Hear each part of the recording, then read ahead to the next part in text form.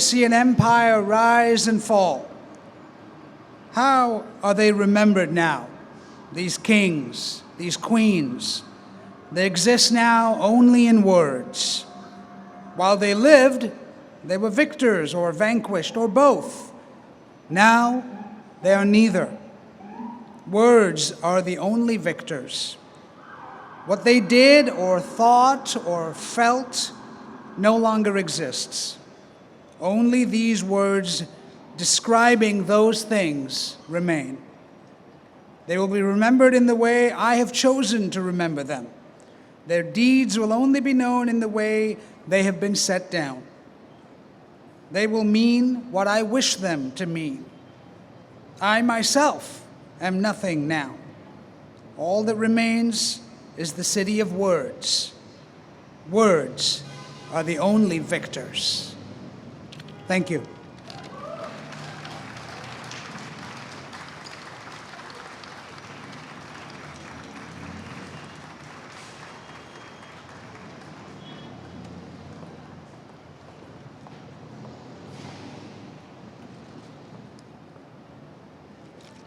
Hello, I'm Amanda Foreman. And I'm Andrea Elliott.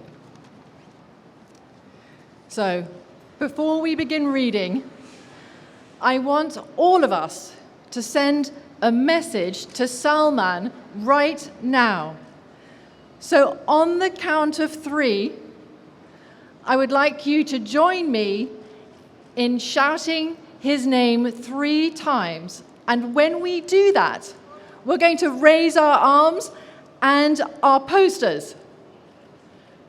Are you ready? Okay. 1, 2, 3. Salman! Salman! Salman! Thank you. Thank you very much.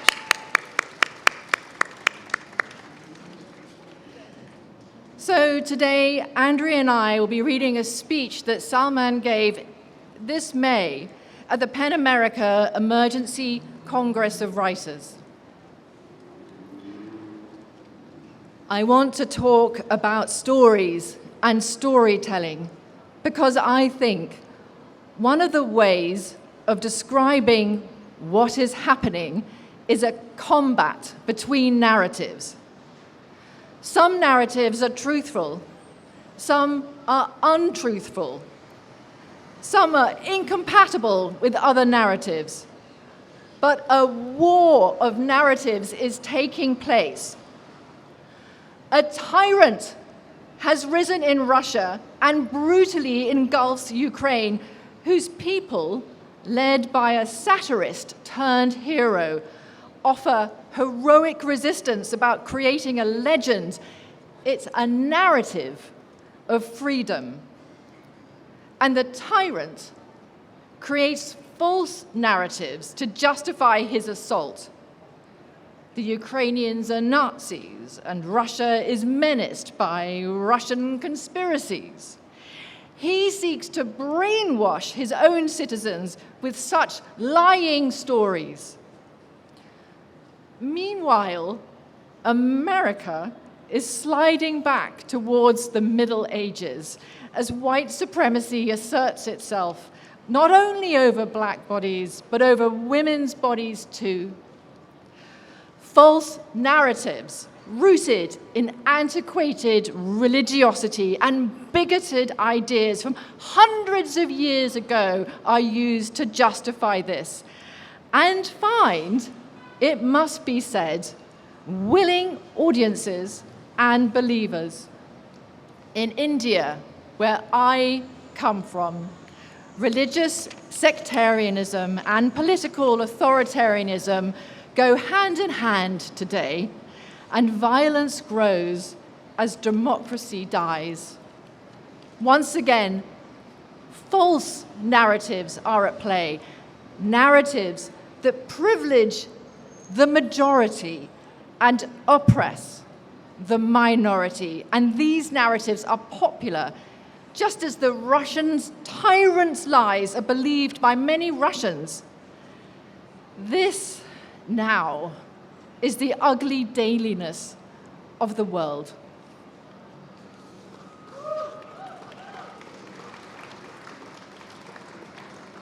These next words I read in the honor of journalists everywhere.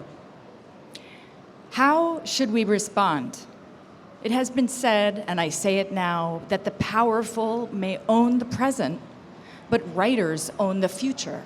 For it is through our work, or at least the best of it, the work that may endure through the future, through it, that the present misdeeds of the powerful may be judged and remembered. But how could we think of the future when the present screams for our attention? And if we turn away from posterity and pay attention to this dreadful moment, what can we usefully or effectively do? A poem will not stop a bullet. A novel cannot diffuse a bomb. Not all satirists are heroes, but we are not helpless. Even after Orpheus was torn to pieces, his severed head, floating down the river Evros, went on singing, reminding us that the song is stronger than death. We can sing the truth and name the liars. We can sing in solidarity with our fellows on the front lines and magnify their voices by adding our own to them. Above all, we must understand that stories are at the heart of what is happening, and dishonest narratives of oppressors have proved attractive to many. So we must work to overturn the false narratives of tyrants, populists, and fools by telling better stories than they do, stories in which people might actually want to live.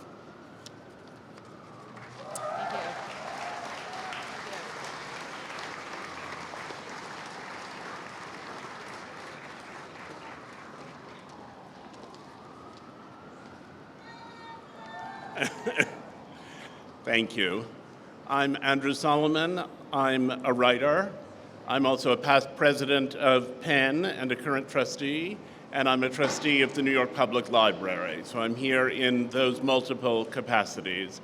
And I am the last of your readers to come forward. After I finish, Suzanne Nossel, our CEO, is going to get some of you up here, all of you up here, we hope, for a photograph so that we can remember how many people turned out for Salman and for freedom. I have just a brief passage to read. I'm also going to remark before I do so that it is not, so far as I can see, coincidence that this happened now. We are living in a time when the right of free speech has been under constant assault from both the left and the right, when there have been closings of libraries, books removed from schools, when everything that used to be tokens of America's freedom of speech is under threat. And so the idea that the fatwa managed to stay at bay for so long and that this appalling attack took place now is not happenstance. It's not happenstance, it's a reflection of something we all have to fight to control, to change, to release from control so that free speech will once again be ours. But far more eloquent than I am is Salman, who said in a speech that he gave for Penn at the opening of the World Festival, "In a truly free, democratic society, all citizens must feel free all the time, whether they end up on the winning or losing side of an election, free to express themselves as they chose, free to worship or not worship as they please, free from danger and fear. If freedom of expression is under attack, if religious freedom is threatened, and if substantial parts of society live in physical fear for their safety, then such a society cannot be said to be a true democracy." Thank you.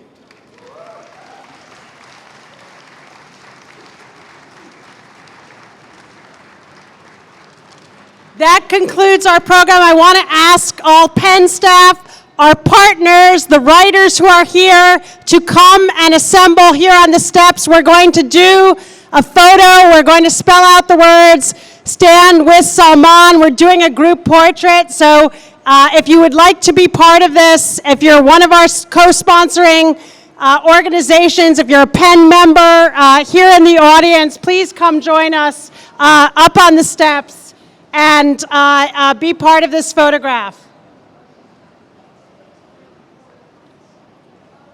Can they open the...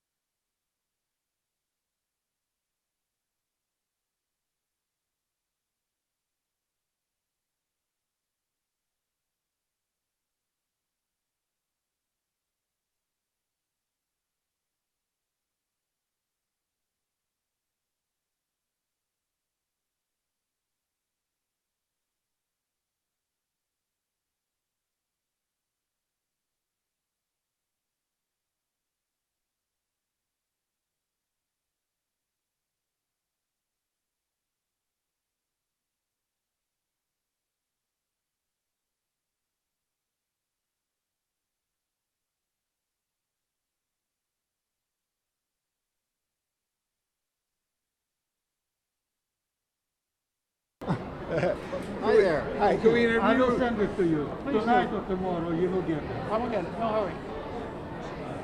Hi, for AP. Yes. Can you tell us the meaning of this event for you? Well, the meaning is that Salman's life is our life, and his death, and his injury is ours. We share in the turmoil, the wounding of and the hurt brought upon a wonderful writer by a savage figure.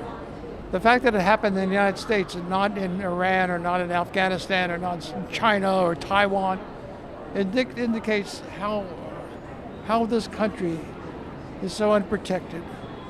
All the preaching and all the army we have and the freedoms we enjoy and that are threatened does not protect some of our outstanding people, such Salman Rushdie.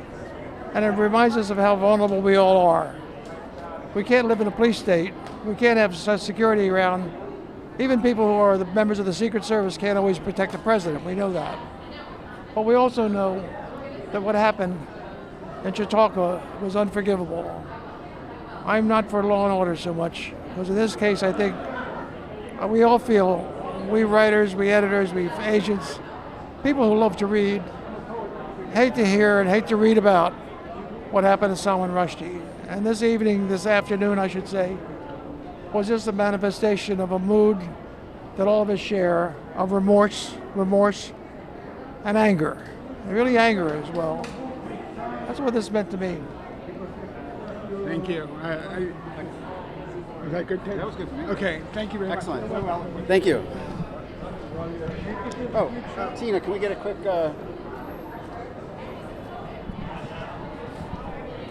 Now you can talk to this guy. how are you? Roy, the Associated Press. Very nice to see you, Tina. How are you, Tina? Thanks for your words in support of journalism. No, I'm so happy to do this for Salman, who's a very old friend.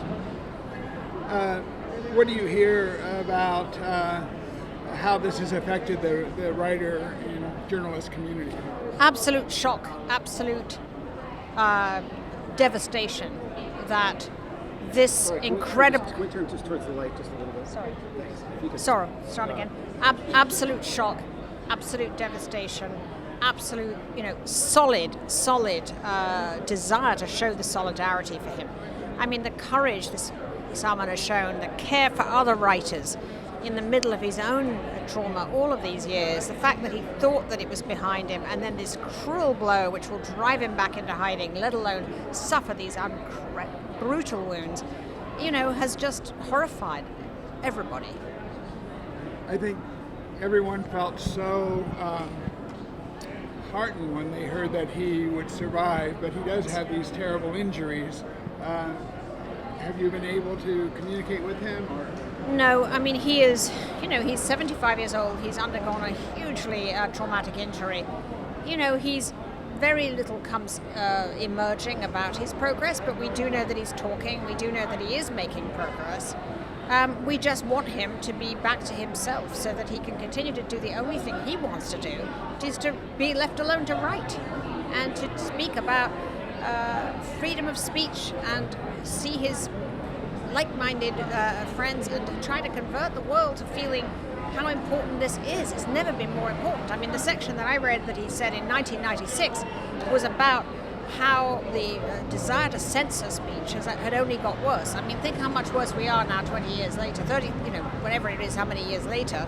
It's far worse now. I mean, both from the left and the right and the left. People are on the one hand banning, Anne Frank's diaries, on the other hand, multiple, outbursts at every time about, identity politics, and it's just so pernicious to all of freedom. It was amazing how prescient those words were. So prescient, yeah. Could have been written too. Yeah. Okay. Thank you. Thank you. I know it's much more intense. Great job. Yeah.